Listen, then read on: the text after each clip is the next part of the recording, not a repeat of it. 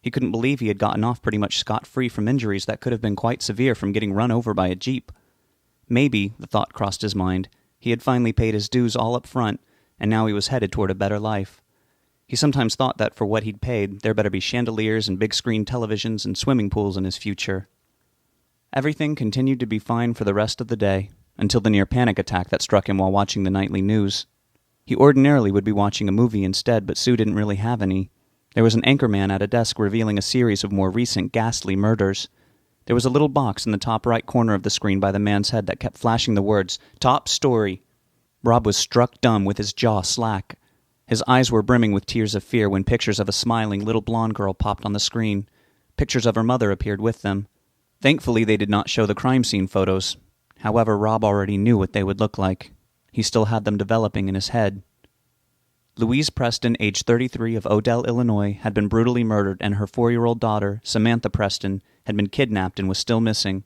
Samantha had been in the arms of one of them, he remembered. That was one of his last more abstract dreams he'd had before they turned into a virtual reality. The newscaster said that the husband and father was not a suspect. They cut to an interview with him, but he was crying so hard his words were unintelligible, and the station quickly cut back to the studio. The announcer said it all happened 2 nights ago. He then revealed that the night before, a farmer's family in Cottonwood Falls, Kansas, had been attacked, and only a little girl survived. However, she couldn't, or wouldn't, say a word. She had been brutally assaulted. More pictures were flashed on the screen. Rob recognized those people, too. Then names were put up in a bright white font against a red background of all the people that had been killed or assaulted in similar ways. The print was small and filled the screen. It was a list of names that had the ages and cities and states that belonged to the victims, as well as the dates of the incidents. It specified which ones had been found murdered and which ones were still missing. The newscaster stated that there were over 60 similar cases since earlier in the year, and police forces from all states were putting their resources together to try and figure it all out. Of course, the FBI had been in on these cases from the very beginning. There had not even been a single fingerprint found. There had been a few clothes fibers and hair samples found at some of the locations, but no information of any real importance had yet been discovered. A vague sketch of a vague man came on that could have been almost any large man in a cowboy hat. When the news was over, the syndicated sitcoms began. They felt entirely inappropriate for Rob's mood, so he picked up the remote and thumbed off the set. It was instantly quiet. That was not comforting. He clicked the TV back on and let the babbling and the canned laughter fill the room. While watching Peggy Bundy shuffle across her living room with her arms and wrists dangling uselessly like a T-Rex's, his silence broke finally at that arbitrary moment. "No fucking way," he said aloud to himself. By then he was just feeling dazed. He then waited for Sue to get home. He had to tell her. Sue and Michelle got home around 2:05 in the morning and found Rob sitting on the floor with his back against the sofa and his legs sticking out under the coffee table. He was staring dully at the television. MASH was on. They both said, "Hey," to him in a delayed unison. He returned the hey, and then listened to them laugh about their day for a while, but at the first appropriate pause he spoke up. "I'm sorry, but Sue, can I talk to you for a second?" He looked at Michelle and said, "It's just weird stuff I'm going through. I don't mean to be so secretive. It's totally okay," Michelle broke in. Sue told her to melt some cheese for the nachos and that she would be right back. They went into her bedroom and Rob closed the door behind them. "What's wrong?" she asked. "This is going to sound completely crazy, but you know the dreams I've been having lately?" "Yeah," she said as she nodded with some curiosity. "Turns out they were real." "What?" "I was watching the news earlier and the people I dreamt about were real. They really got killed. I know their names. The little girl's name is Samantha Preston. They think she got kidnapped, but I know it was one of those things that took her through the wall with it. Then there's this Allen family in Kansas. I dreamt about them last night right before I called you." "Are you sure?" "Yes," he shouted. "Sorry," he said quieter. "I'm serious about this." She looked to be floundering for what to say. "Well, what does it mean?" she finally came up with. "I don't know. I don't know what to do with this." "I don't know what to tell you. Are you going to be okay sleeping tonight? I mean, what if you have more dreams?" "Oh, God, I hope so. Maybe I'll see something important. Maybe I can help stop this guy." He was getting excited, but then he settled down when he realized, "I just don't understand why the dreams are so different." "What do you mean?" "The one last night was so clear, and I know it wasn't one of them doing the killing. I felt like it was just some guy. I've had other dreams kind of like that before, but I don't really remember them. I guess maybe I distorted them into the monster dreams or something. This dream last night, though, was in full-on Technicolor. I was there like I've never been." Do you want to take something to help you relax? No, definitely not. I don't want to alter this, and I want to be able to wake up sharp if I need to. Okay. It's all right. I feel okay now. I just had to tell you. Come on, let's get back out there. You sure you're all right? Yes. He looked her directly in the eyes and said, Really? They went back out into the living room. Michelle was putting the snacks dinner on the coffee table. She saw some stress on Sue's face. Everything okay? Michelle asked. Yeah, they both responded. Their attitude was one of shrugging it off, whatever it was, so they did. Michelle went with it. They hung around the TV for a few hours before calling it a night. The sleeping arrangements were the same as the night before. Rob just lay awake for a while. He was too amped up and too weirded out to sleep. Sue and Michelle stayed up for a while as well. He could hear that they were having a conversation through the wall. He didn't make out anything that they were saying and didn't really want to, but he figured that they were probably talking about him. Whatever, he thought, as he rolled over onto his side and closed his eyes. They were entitled. Sue, I know you really like this guy, but this is nuts, Michelle emphatically whispered from her side of the bed. It's not nuts, Sue replied in a soft-spoken tone. Well, maybe he really is, you know? What? She asked, annoyed.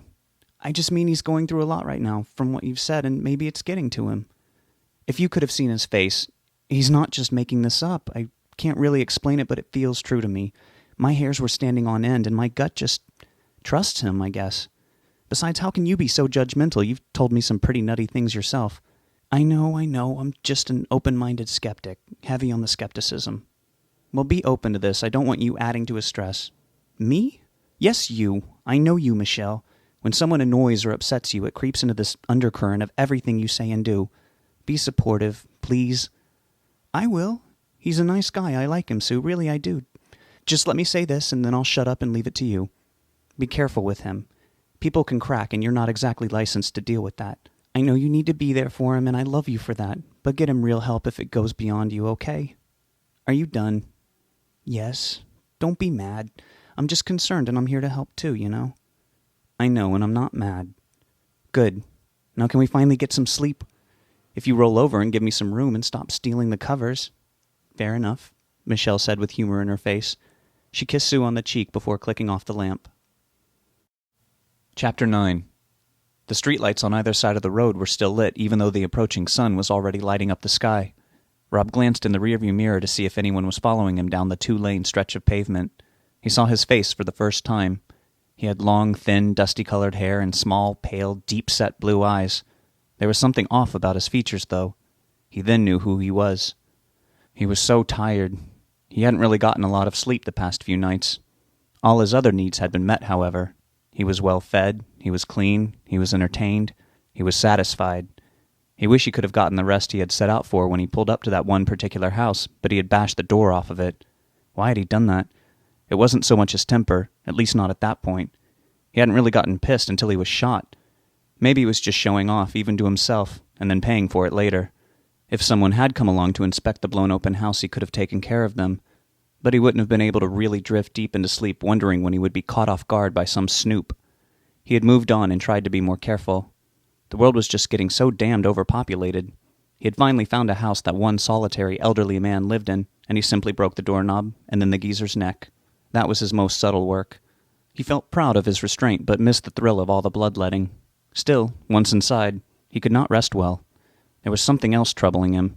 He did not feel at ease in his total isolation. He felt more exposed. There was a motel coming up. That would be better. He could pay for it in cash with some of the money he'd found around the houses he'd invaded. A motel would not be nearly as personal and cozy, but he was going to pass out if he didn't sleep soon. The sign read Mel's Motel, and confirmed that there was a vacancy below that. He pulled into the lot. Rob woke up. It was an earthquake. No, wait, the room was still. So what was that sound? There were all the usual sounds that went along with a mild tremor. Rumbling, crackling, the creaking of splintering wood. It was coming from the wall. The muddy feelings of sleep instantly left him. He knew what was happening. He screamed aloud in the dark room. There was no paralysis this time.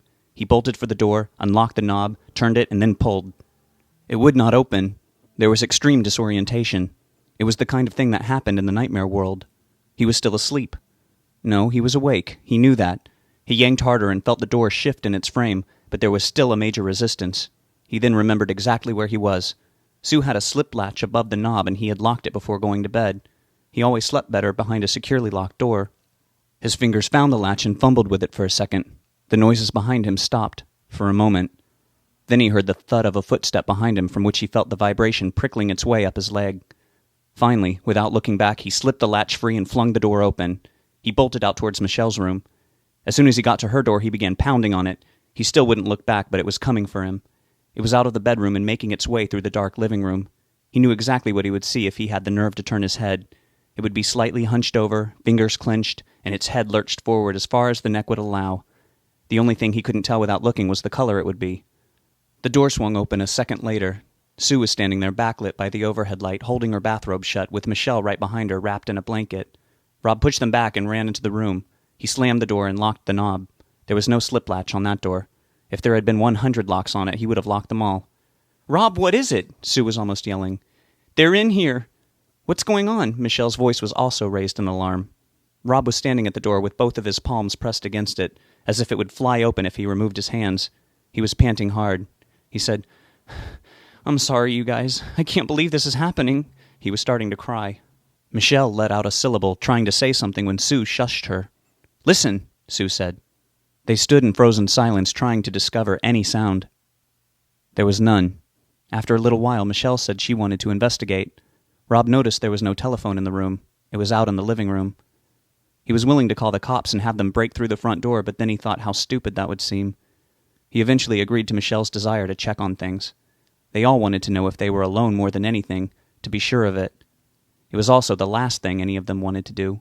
They had to know, though. Michelle turned the knob and the lock popped outward. The door creaked open. They peeked out into the dark living room. The light flooding out of the bedroom cast eerie, concealing shadows. Michelle left the room first, but Rob tried to get in front of her. She flicked on the overhead living room lights. Nothing. Next, all of them checked Sue's room. Nothing again. "Maybe it was just a bad dream," Sue said to Rob. "It wasn't a dream, it was here," Rob responded pleadingly. "I swear to you it was here. Please believe me." Sue sighed and said reassuringly, "I do." Michelle's body language was neutral. Sue then added, "Everything seems to be okay now. Why don't you come sleep in the room with us? I'm not going to pull a grandma on you." Rob let out a little laugh that was a bit too loud from his adrenaline rush. "You can sleep on the comforter on the floor like a sleeping bag," she added.